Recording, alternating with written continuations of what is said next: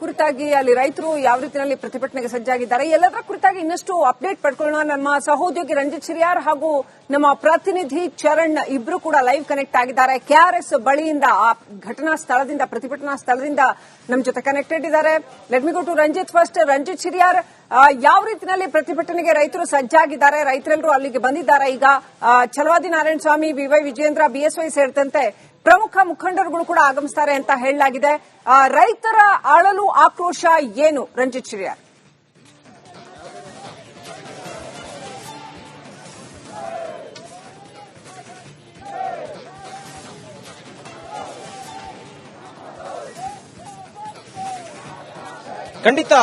ಖಂಡಿತ ನನ್ನ ಜೊತೆ ನಮ್ಮ ಚರಣ್ ಕೂಡ ಇದ್ದಾರೆ.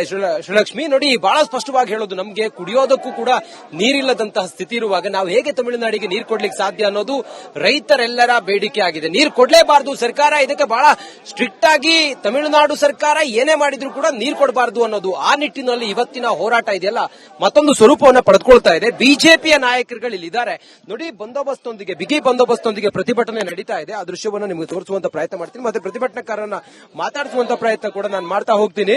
ನೋಡಿ, ಕಾಂಗ್ರೆಸ್ ಬಿಜೆಪಿಯ ಹಿರಿಯ ನಾಯಕರುಗಳೆಲ್ಲ ಇನ್ನೇನು ಕೆಲವೇ ಹೊತ್ತಿನಲ್ಲಿ ಬರ್ತಾರೆ. ಯಡಿಯೂರಪ್ಪನವರು ಕೂಡ ಬರ್ತಾರೆ, ಬಿವೈ ವಿಜಯೇಂದ್ರ ಬರ್ತಾರೆ, ಛಲವಾದಿ ನಾರಾಯಣ ಸ್ವಾಮಿ ಬಂದಾಗಿದೆ, ಹಾಗೆ ಸಿಟಿ ರವಿ ಅವರು ಕೂಡ ಸ್ಥಳದಲ್ಲಿ ಇದ್ದಾರೆ. ಸದ್ಯಕ್ಕೆ ಇನ್ನೇನು 10-15 ನಿಮಿಷದಲ್ಲಿ ಯಡಿಯೂರಪ್ಪನವರು ಬರ್ತಾರೆ. ನೋಡಿ, ಇದು ಕೆಆರ್ಎಸ್ ನ ಮುಖ್ಯ ದ್ವಾರದ ಎದುರುಗಡೆ ಬಿಜೆಪಿಯ ಕಾರ್ಯಕರ್ತರು ಮತ್ತೆ ರೈತರಿಗೆ ಬೆಂಬಲವಾಗಿ ಯಾವುದೇ ಕಾರಣಕ್ಕೂ ತಮಿಳುನಾಡಿಗೆ ನೀರನ್ನ ಬಿಡಬಾರದು ಅನ್ನೋದು ಇವರೆಲ್ಲರ ಬೇಡಿಕೆ ಆಗಿದೆ. ಬಿಜೆಪಿಯ ಕಾರ್ಯಕರ್ತರನ್ನು ಮಾತಾಡಿಸುವಂತಹ ಪ್ರಯತ್ನ ಮಾಡ್ತೀನಿ. ಇವತ್ತಿನ ಹೋರಾಟದ ಭಾರತ್ ಮಾತಾ ಕಿ, ಭಾರತ್ ಮಾತಾ ಕಿ ಹೇಳಿ, ಇವತ್ತಿನ ಹೋರಾಟ, ಬಿಜೆಪಿಯ ಈ ಹೋರಾಟ ಯಾವ ಸಂದೇಶ ಕೊಡ್ತಾ ಇದ್ದೀರಿ ಸರ್ಕಾರಕ್ಕೆ? ಇವತ್ತು ನಮ್ಗೆ ನಮ್ಮನೆಯಲ್ಲೇ ನೀರಿಲ್ಲ, ಕಂಡೋರ್ಗ್ ನೀರ್ ಬಿಡ್ತಾ ಇದ್ದಾರೆ. ಕಾವೇರಿಯ ನಾಡು, ಕಾವೇರಿಯ ಕುಲ, ಕಾವೇರಿಯ ನದಿ, ನಮ್ಮ ಜೀವ ಬಿಟ್ರು ಕೂಡ ನಾವು ನೀರನ್ನ ಬಿಡೋದಿಲ್ಲ. ಅವರಿಗೆ ಸಾಕಷ್ಟು ಎಲ್ಲಾ ಕೆಟ್ಟ ಕರೆ ಡ್ಯಾಂಗಳನ್ನ ತುಂಬಿಸಿದ್ದಾರೆ. ಯಾವುದೇ ಕಾರಣಕ್ಕೂ ಯಾವುದೇ ಕಾನೂನಿಗಿಂತನೂ ಮಿಗಿಲಾಗಿ ಜನರಿಲ್ಲ, ರೈತರಿಲ್ಲ. ರೈತರಿಗೆ ಸಮಸ್ಯೆ ಆಗಿದೆ. ಈ ಕಾಂಗ್ರೆಸ್ ತೆಗೆದುಕೊಂಡಿರೋ ನಿಲುವನ್ನು ನಿಲ್ಲಿಸಬೇಕು. ಇಂದಿನಿಂದ ಹೋರಾಟ ಮಾಡ್ತೀವಿ. ನಾವು ರಕ್ತ ಕೊಟ್ಟವರು ಕಾವೇರಿಯನ್ನ ಬಿಡುವುದಿಲ್ಲ ಅಂತ ಈ ಮೂಲಕ ರಕ್ತ ಕೊಡ್ತೀವಿ, ಆದ್ರೆ ಕಾವೇರಿ ನೀರನ್ನು ಮಾತ್ರ ತಮಿಳುನಾಡಿಗೆ ಬಿಡೋದಿಲ್ಲ ಅನ್ನೋದು ಇವರೆಲ್ಲರ ಬೇಡಿಕೆ ಆಗಿದೆ. ಹೋರಾಟವೂ ಕೂಡ ಆಗಿದೆ. ಹೇಳಿ, ಈ ಹೋರಾಟ ಇವತ್ತು ಮತ್ತೊಂದು ಸ್ವರೂಪಕ್ಕೆ ಬರ್ತಾ ಇದೆ. ತಾವೇನ್ ಹೇಳ್ತೀರಿ? ಏನ್ ಹೇಳ್ತೀರಿ? ಯಾವುದೇ ಕಾರಣದಿಂದ ಕರ್ನಾಟಕದಿಂದ ನೀರನ್ನು ಬಿಡ್ಲಿಕ್ಕೆ ನಾವು ಯಾರು ಒಪ್ಲಿಕ್ಕೆ ಸಾಧ್ಯ ಇಲ್ಲ.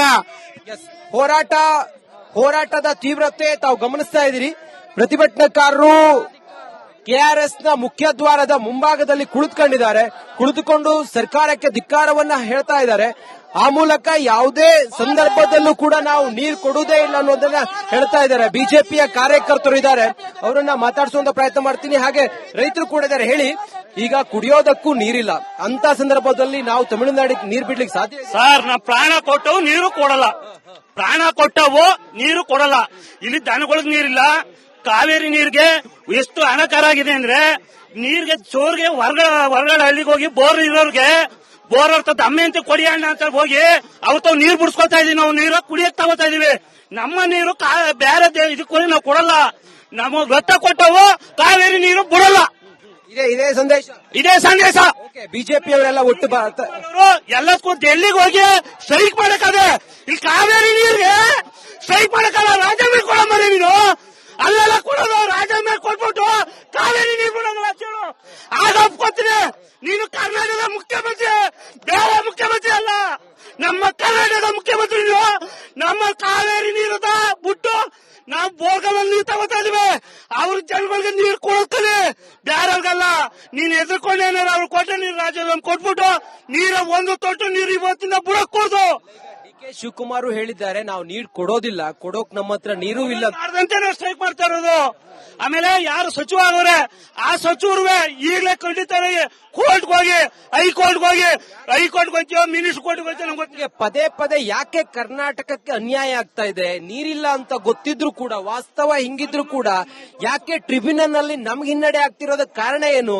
ನಾವು ಸರಿಯಾಗಿ ವಾದ ಮಾಡ್ತಾ ಇಲ್ವಾ? ವೈಫಲ್ಯ ಆಗೋದಕ್ಕೆ ಯಾರು ಹೊಣೆ ಅಂತ?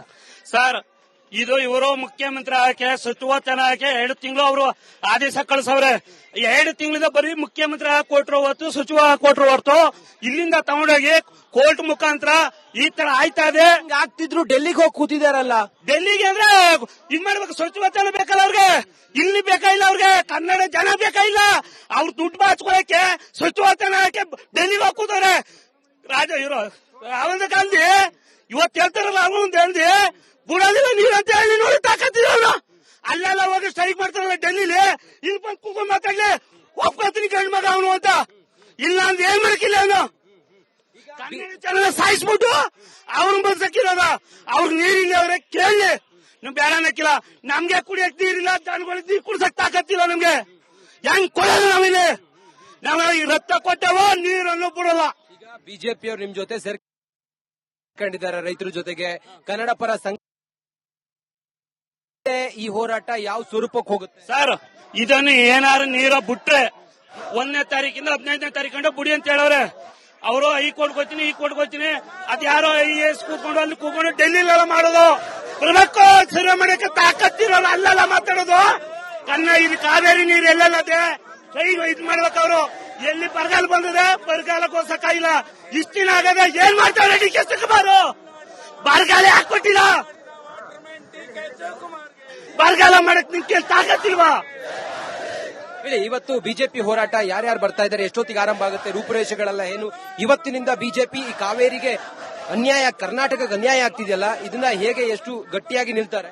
ಈ ರಾಷ್ಟ್ರೀಯ ಅಧ್ಯಕ್ಷರಾದಂತ ನಮ್ಮ ಸೂಚನೆ ಮೇರೆಗೆ ನಮ್ಮ ರಾಜ್ಯ ಅಧ್ಯಕ್ಷರು BY ವಿಜಯೇಂದ್ರ ಅವರು, ಸನ್ಮಾನ್ಯ BS ಯಡಿಯೂರಪ್ಪನವರು, ರೈತ ನಾಯಕರು ಯಡಿಯೂರಪ್ಪನವರು, ವಿರೋಧ ಪಕ್ಷ ನಾಯಕರಂತ R ಅಶೋಕ್ ಅವರು, ಚಲವಾದಿ ನಾರಾಯಣಸ್ವಾಮಿ ಅವರು, ಅನೇಕ ಜಿಲ್ಲಾ ರಾಜ್ಯ ಶಾಸಕರು ಮತ್ತೆ ಮಂತ್ರಿಗಳು, ಮಾಜಿ ಮಂತ್ರಿಗಳು ಬರ್ತಾ ಇದ್ದಾರೆ. ಸರ್ ಹೇಳಿ, ಈಗ ಯಾವ್ಯಾವ ಕಡೆಗಳಿಂದ ರೈತರೆಲ್ಲ ಇಲ್ಲಿಗೆ ಇವತ್ತು ಆಗಮಿಸಿದ್ದೀರಿ? ಈಗ 4 ಜಲಾಶಯಗಳು, ಕಬಿನಿ, ಹೇಮಾವತಿ ಸೇರಿದಂತೆ KRS, ಈ 4 ಜಲಾಶಯಗಳಲ್ಲಿ 65.5 TMC ನೀರಿದೆ. ನಮಗೆ ಬೇಕಾಗಿರೋದು ಈ ಹೊತ್ತಿಗೆ ನಾವು ಗಮನಿಸ್ತಾ ಹೋದ್ರೆ ಡೆಸ್ಟ್ ಸ್ಟೋರೇಜ್ ಮತ್ತೊಂದು ಎಲ್ಲ ತೆಗೆದುಬಿಟ್ರೆ 33 TMC ಬೇಕು. ಅದ್ರಲ್ಲಿ ನಾವು 4.5 TMC 15 ದಿನದಲ್ಲಿ ಬಿಟ್ಬಿಟ್ರೆ ನಮ್ಮ ಹೊಟ್ಟೆಗೆ. ಇದು ಒಂದು ಸಾಮಾನ್ಯ ಜ್ಞಾನ ನಮ್ಮ ರಾಜ್ಯದ ಮುಖ್ಯಮಂತ್ರಿಗಳಿಗೆ ಇಲ್ಲ. ಇವತ್ತು ರಾಜ್ಯ ಸರ್ಕಾರ, ಸನ್ಮಾನ್ಯ ಮುಖ್ಯಮಂತ್ರಿಗಳು ಕಾವೇರಿ ವಿಚಾರದಲ್ಲಿ ರೈತರಿಗೆ ಅನ್ಯಾಯ ಮಾಡೋದ್ರ ಜೊತೆಗೆ ಬೆಂಗಳೂರಿಗರಿಗೆ ಕುಡಿಯೋದಕ್ಕೂ ನೀರಿಲ್ಲ, ಕನ್ನಡಿಗರ ರೈತರಿಗೆ ಹೊಲಗದ್ದೆಗಳಿಗೆ ನೀರಿಲ್ಲ, ಬರಗಾಲ ಅಂತ ಎಲ್ಲಾ ಜಿಲ್ಲೆಗಳಿಗೂ ಬರಪೀಡಿತವಾಗಿರ್ತಕ್ಕಂಥದ್ದು. ಈ ಒಂದು ನ್ಯಾಯ ಕೊಡಿಸೋದ್ರಲ್ಲಿ ಸನ್ಮಾನ್ಯ DK ಶಿವಕುಮಾರ್ ಅವರು ವಿಫಲರಾಗಿದ್ದಾರೆ. ಕಾಂಗ್ರೆಸ್ ಸರ್ಕಾರಕ್ಕೆ ರೈತರ ಬಗ್ಗೆ ಮಾತನಾಡಲಿಕ್ಕೆ ಯಾವುದೇ ರೀತಿ ನೈತಿಕತೆ ಇಲ್ಲ. ರೈತರ ಹೆಸರು ಹೇಳಿಕೊಂಡು ರೈತರ ಪರ ಮಾಡ್ತೀವಿ ಅಂತೇಳಿ ಮಾನ ಮರ್ಯಾದೆಯಿಂದ ಬಂದಂತ ಸರ್ಕಾರ ತತ್ಕ್ಷಣ ಮುಖ್ಯಮಂತ್ರಿಗಳಿಗೆ ಯೋಗ್ಯತೆ ಇಲ್ಲ ಅಂದ್ರೆ ರಾಜೀನಾಮೆ ಕೊಟ್ಟು ತೊಲಗಬೇಕು ಅಂತ ಹೇಳಿ ನಾವು ಆಗ್ರಹ ಪಡಿಸ್ತೇವೆ. ತಮಿಳುನಾಡಿನಿಂದ ವಿಜಯ್ ಅವರು ಕರ್ನಾಟಕ ಆಗಮಿಸ್ತಾ ಇದ್ದಾರೆ. ಈ ಸಂದರ್ಭದಲ್ಲಿ ತಾವು ಅವರಿಗೆ ಹೇಗೆ ಮನವಿ ಮಾಡ್ತೀರಿ, ಅಥವಾ ತಾವು ಈ ಹಂತದಲ್ಲಿ ಏನ್ ಮಾಡೋಕೆ ಹೊರಟಿದ್ದೀರಿ? ನೋಡಿ, ಟ್ರಿಬ್ಯುನಲ್ ಮುಂದೆ ನಾವು ವಾದವನ್ನ ಮನ್ನಾ ಮಾಡಬೇಕಾದ್ರೆ ನಮ್ಮಲ್ಲಿ ಒಂದು ಒಳ್ಳೆ ನುರಿತ ರಾಜಕಾರಣಿಗಳನ್ನ ಇವರು ತತ್ಕ್ಷಣ ಇವರು ಸಂಪುಟನ ಮಾಡಕ್ಕಾಗಿಲ್ಲ, ಸಂಪುಟನ ವಿಸ್ತರಣೆ ಮಾಡಕ್ಕಾಗದಿರುವಂತ ತಮಿಳುನಾಡು ಮುಖ್ಯಮಂತ್ರಿಗೆ ಇರುವಷ್ಟು ಕಾಳಜಿ ನಮ್ಮ ಮುಖ್ಯಮಂತ್ರಿಗಳಿಗೆ ಇಲ್ವಾ? ನೋಡಿ, ಕರ್ನಾಟಕಕ್ಕೆ ಬರ್ತಾ ಇದ್ದಾರೆ, ಮೇಕೆದಾಟು ವಿಚಾರವಾಗಿ ಅವರು ಏನು ಕೇಂದ್ರದ ಮುಂದೆ ಇಷ್ಟೆಲ್ಲ ಹಕ್ಕೊತ್ತಾಯ ಮಾಡ್ತಾ ಇದ್ದಾರೆ. ನಮ್ಗೆ ಯಾಕೆ ಹಿತಾಸಕ್ತಿ ಇಲ್ಲ? ನಮಗೆ ಬೇಡವಾ? ಹಾಗಾದ್ರೆ ನಮ್ಮ ರಾಜ್ಯದ ಜನರಿಗೆ, ಕನ್ನಡಿಗರಿಗೆ ನೀರು ಬೇಡವಾ? ಏನು ಆ ವಾದ ಮಂಡನೆ ಮಾಡಬೇಕಾದ್ರೆ ಆ ಕಾನೂನು ಪಂಡಿತರಿರ್ತಾರೆ, ನುರಿತ ರಾಜಕಾರಣಿಗಳಿರ್ತಾರೆ. ನಿಮ್ಮ ಯೋಗ್ಯತೆಗೆ ಸಂಪುಟನ ವಿಸ್ತರಣೆ ಮಾಡಕ್ಕಾಗಿಲ್ಲ ನಿಮ್ಮ ಕೈಯಲ್ಲಿ. ಸನ್ಮಾನ್ಯ ತಮಿಳುನಾಡು ಮುಖ್ಯಮಂತ್ರಿಗಳು ನುರಿತ ತಜ್ಞರನ್ನ ಆ ಮಂಡಲಲ್ಲಿ ಏನು ಟ್ರಿಬ್ಯುನಲ್ ಅಲ್ಲಿ ವಾದ ಮಾಡಲಿಕ್ಕೆ ಮಂಡಿಸ್ತಾ ಇದ್ದಾರೆ. ಅವರು ಅವ್ರ ರಾಜ್ಯದ ಪರ ನೀರು ತೆಗೆದುಕೊಡ್ಲಿಕ್ಕೆ ಅವ್ರು ಏನ್ ಮಾಡ್ಬೇಕಾದ ಹೋರಾಟ ಮಾಡ್ತಾ ಇದ್ದಾರೆ. ನಿಮ್ ಯೋಗ್ಯತೆಗೆ ಸಂಪುಟನೇ ವಿಸ್ತರಣೆ ಮಾಡಕ್ಕಾಗಿಲ್ಲ. ಸರ್ಕಾರ ಬಂದು ಎಷ್ಟು ದಿನ ಆಯ್ತು, ನೀವು ಮುಖ್ಯಮಂತ್ರಿಯಾಗಿ ಎಷ್ಟು ದಿನ ಆಯ್ತು? ವಾದ ಮಂಡನೆ ನಿಮಗೆ ಆಗೋಲ್ಲ ಅಂದ್ರೆ ನೈತಿಕ ಹೊಣೆ ಹೊತ್ತು DK ಶಿವಕುಮಾರ್ ಸರಿ